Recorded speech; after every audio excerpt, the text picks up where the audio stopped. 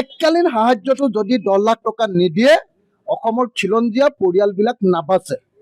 এই কথাটো মই 100 বাৰ কৈও এতিয়ালৈকে ভালকৈ পাব্লিচিটিও পোৱা নাই আৰু মুখ্যমন্ত্ৰীয়েও কথাটো বুজা নাই।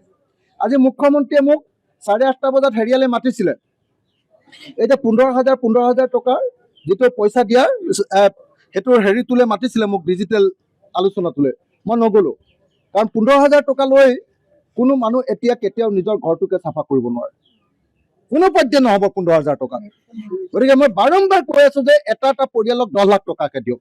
মই আশা কৰিম যে আপোনালোকে এই বস্তুটো প্ৰচাৰ কৰিব যে স্কুলখনত কিমান খৰচ কৰিলেহে এতিয়া আকৌ এখন নতুন স্কুল হৈ উঠিব, আকৌ ঘৰখনত কিমান টকা 10 লাখ টকা দিলেহে যে এখন নতুন ঘৰ হৈ উঠিব। এইটো বস্তু বাৰম্বাৰ অসমৰ মুখ্যমন্ত্ৰীয়ে যিদিনাই বুজিব সেইদিনাই অসমীয়া মানুহবিলাকৰ কাৰণে যেনে তেনে থন ধৰি উঠিবৰ কাৰণে সুযোগ হ'ব। নহ'লে কিন্তু এক পিঢ়ি বুলি যে কয়, এক পুৰুষ 25 বছৰ অসমীয়া মানুহ পিছুৱাই যাব। আৰু আজি মই আমাৰ গাৰ্লছ কলেজৰ কাৰণে মোৰ পিনৰ পৰা MLA হিচাপে 5 লাখ টকা এটা সাহায্য দিম ঘৰটো চাফা কৰিবৰ কাৰণে, গাৰ্লছ কলেজখন চাফা কৰিবৰ কাৰণে। আৰু আমাৰ ফুলেশ্বৰী স্কুলৰ কাৰণে 2 লাখ টকা এটা দিম তেখেতসকলৰ স্কুলখন চাফা কৰাৰ প্ৰাথমিক কাম এটা কৰিবৰ কাৰণে। বাকীটো মই চৰকাৰৰ পৰা উলিয়াই দিব লাগিব, মইতো আৰু ইমান বেছিকৈ দিব নোৱাৰোঁ।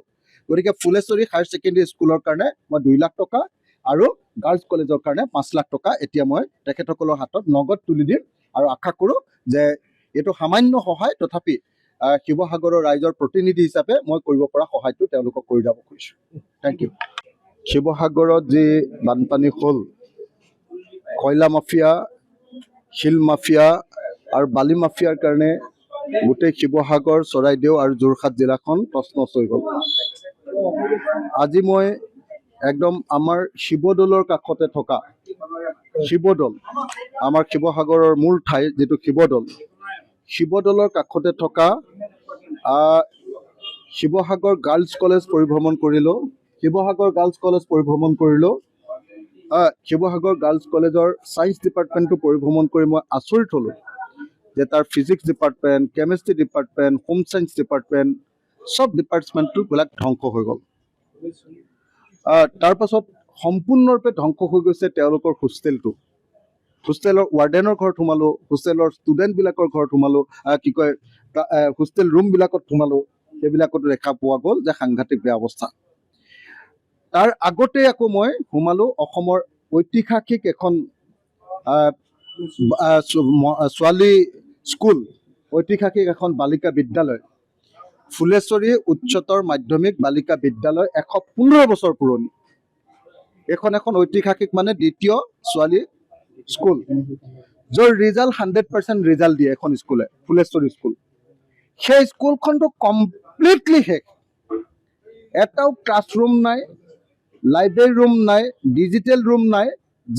যি ক্লাছৰুম বা আমাৰ হেডমিষ্ট্ৰেছৰ ৰুম, প্ৰিন্সিপালৰ ৰুম, আমাৰ টিচাৰসকলৰ ৰুম, আমাৰ ডিজিটেল ৰুম, আমাৰ লাইব্ৰেৰী ৰুম, সমস্তবিলাকে ধ্বংস হৈ গ'ল।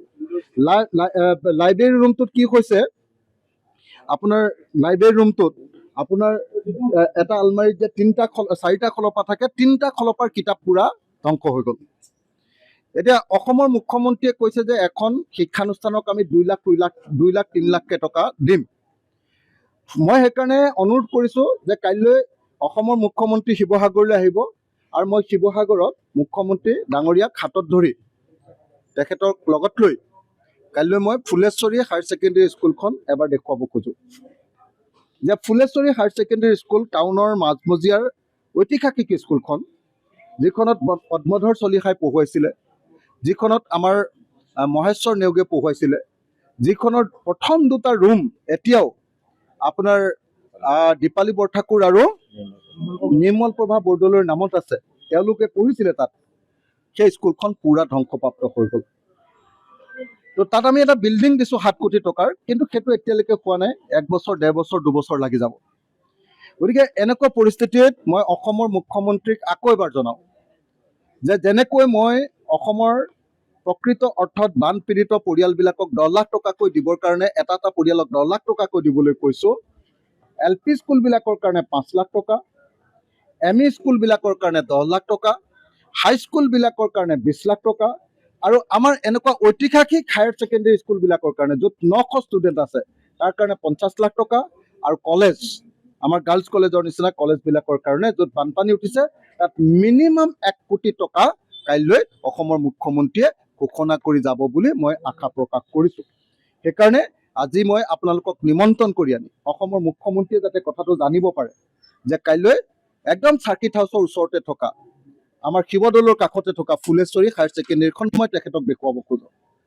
গাৰ্লছ কলেজৰ ছায়েন্স ডিপাৰ্টমেণ্টটো মই তেখেতক দেখুৱাব খোজোঁ, যাতে তেখেতে প্ৰকৃত অৰ্থত শিক্ষানুষ্ঠানৰ কিমান ক্ষতি হৈছে সেইটো বুজি যায় আৰু যাতে 3 লাখ বা 5 লাখ টকাৰ কথা নকয়, যাতে তেওঁ 2 লাখ 3 লাখ টকা দিম বুলি কৈছে শিক্ষানুষ্ঠানবিলাকক, 2 লাখ 3 লাখ টকা নহয়, যাতে প্ৰকৃত অৰ্থত ক্ষতিপূৰণ দিয়ে।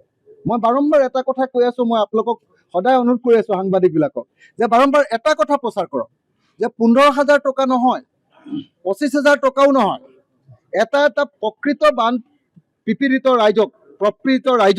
ৰাইজক মিনিমাম 10 লাখ টকা দিয়ক আৰু 10 লাখ টকাটো যদি ৰাজ্য চৰকাৰে একেবাৰতে দিব নোৱাৰে, ওৱান টাইম ফাইনেন্সিয়েল হেল্প হিচাপে দিব নোৱাৰে, তাক 3টা কিস্তি কৰি দিয়ক।